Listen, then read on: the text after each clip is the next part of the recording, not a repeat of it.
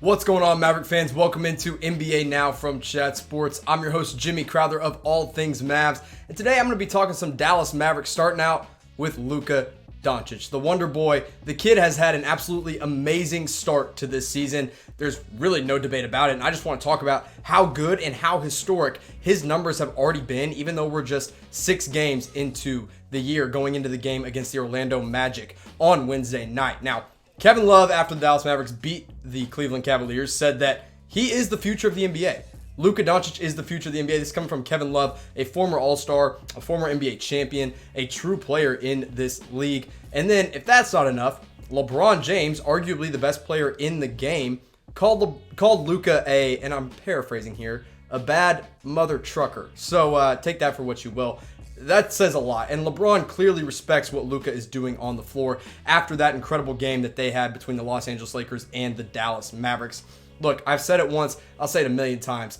Luka is putting up historic numbers. These are his stats so far for this season. 26.7 points per game, 10.3 rebounds, 9.5 assists, and 35.2% from 3. Look, that 3-point percentage can always be better, but because he's taking so many shots, that's why the percentage is so low at this time. Now, I want to look at a stat that kind of proves how historic this is. Of the players to at least put up 150 points, 50 rebounds, and 50 assists in the first 6 games of an NBA season, Luka Doncic is one of them. Oscar Robertson did it 4 times. Nobody is touching his numbers. Russell Westbrook has done it twice. He is, again, a triple-double threat every single night. Maybe not as much in Houston, but when he was in OKC, it was an every night kind of thing. John Havlicek did it 1 year, and LeBron James did it 1 year. Those are 4 incredible names that Luka is already up there with. So again, that is players that have put up 150 points, 50 rebounds, and at least 50 assists in the first 6 games of a year. Luka Doncic, as a 20-year-old, is already doing that right now, 6 games through the season.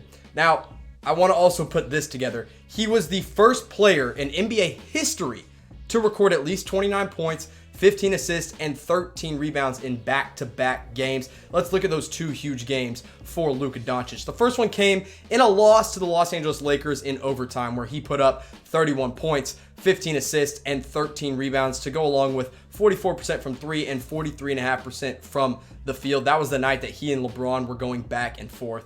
And then, in a win over the Cleveland Cavaliers, a blowout win, Luka put up 29 points, 15 assists, and 14 rebounds on 50% from 3 and 52.9% from the field. The kid is having an amazing year. And I'll say this.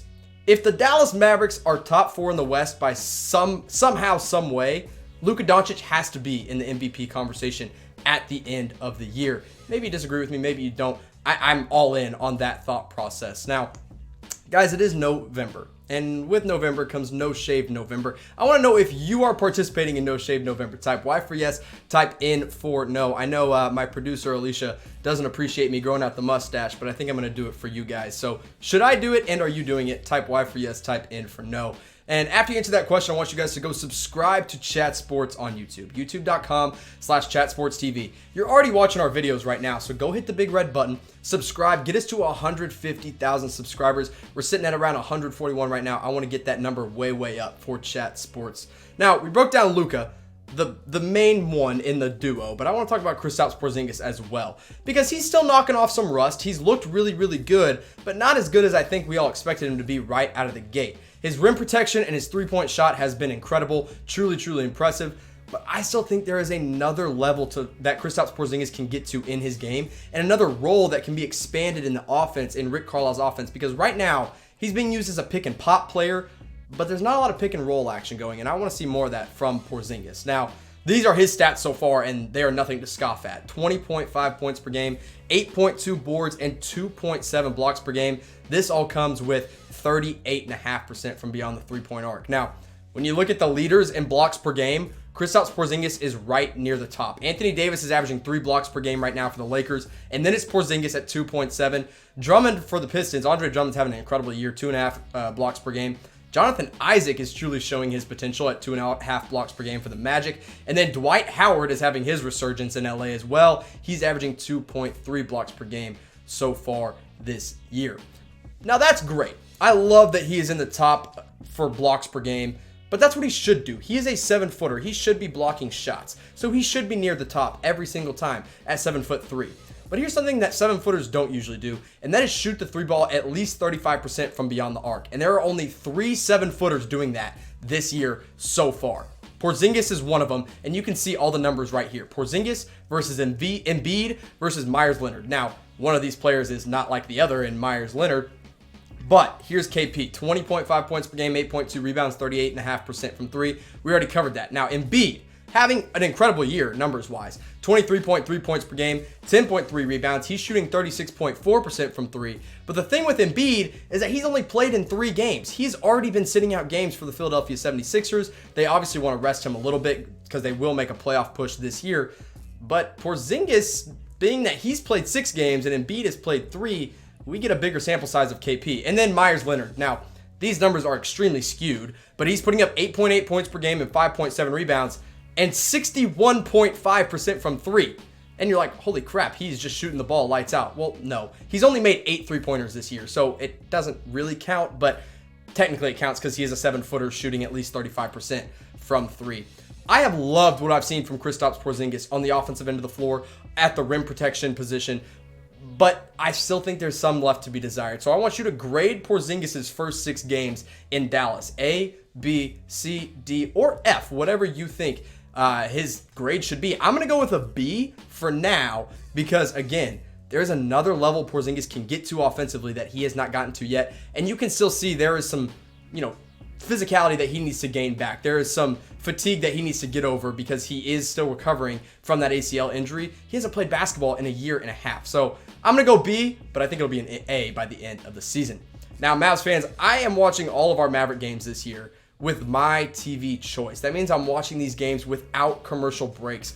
Here's what you got to do to get the app and watch our Maverick games without commercials. Chatsports.com/mytv. That's the link you're going to go to. And you're just going to download the MyTV Choice app. You sync that app up to your smart TV. And all of a sudden, you're not watching commercials anymore. You're watching Chat Sports videos during the commercial break. And then MyTV Choice is going to get you right back to the Mavs game. So again, that's chatsports.com/mytv. Go get the MyTV Choice app and enjoy all your live sporting events without commercial breaks.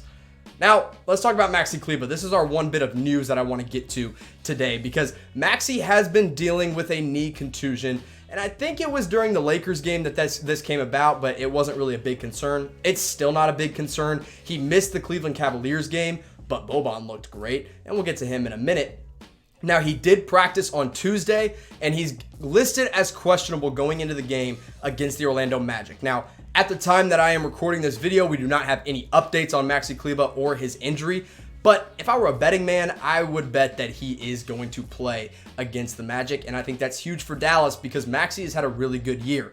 8.8 points per game and 7.8 rebounds. His rebounding has been really, really good for Dallas because he hasn't always shown that. And now he is. 1.6 blocks per game. We know that's what Maxi can do on a regular basis. Now, 3-point percentage, this is the one thing that I have been a little concerned about with Kleber, is he's only shooting 28.6% from 3. He's supposed to be a stretch 4, stretch 5, and he hasn't quite shown that as much this year, but I think it'll come around. Again, everyone's just getting ready, getting really used to a regular grind of an NBA season these first 6 games. But here's what I'm interested in. Boban played great in Cleveland. Maxi's been playing great all year long. So why can't we do a lineup with both of them on the court at the same time? Here's what you get from Boban in the 2 games that he's played. 8 points per game, 7.5 rebounds. Assists, blocks per game, doesn't really matter. He's not doing that. But field goal percentage, he's shooting 50% from the field because he's 7'4" and literally just has to toss the ball into the hoop like a Nerf goal. Now, Maxi, on the other hand, we just looked at his numbers. He is playing lights out. He's been really, really good for the Mavs, shooting 41% from the field as a whole. I think that's a tribute to Dirk, obviously, there. But I want to see these guys playing together. I want Maxi at the 4, and I want Boban at the 5. I think that could work in the system because Maxi is a good perimeter defender for a 4.